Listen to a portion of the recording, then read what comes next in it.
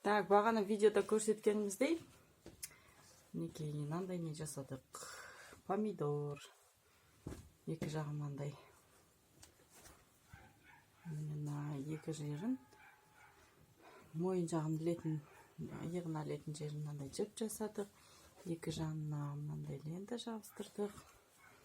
Астын міне көрінбес үшін атласовый матамен қаптап тіктік. Мынаның бәрін қолмен тігіп шықтық. Ешқандай машинканың көмегі керегі жоқ болды.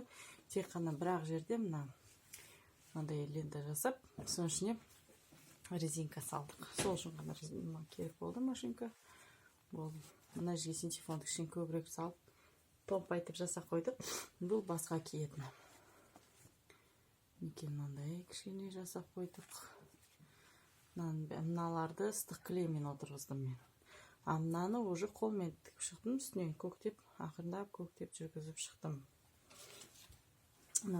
Китайский тухава, ең арзан. Бұлай несі де күшті, жылтырап әйбіт болып тұрады.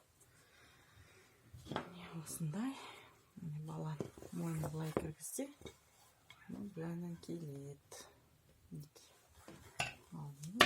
И артынан жасап қойдық.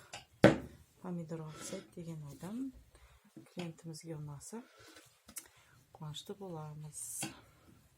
Комментарийларыңыз болса, айтыңыздар, жазыңыздар, кімге ұнады, кімге ұнаған жоқ, кім қалай өзі жасады. Мен жасағаным, ең бірінші жасаған нәрсем. Сау болыңыздар.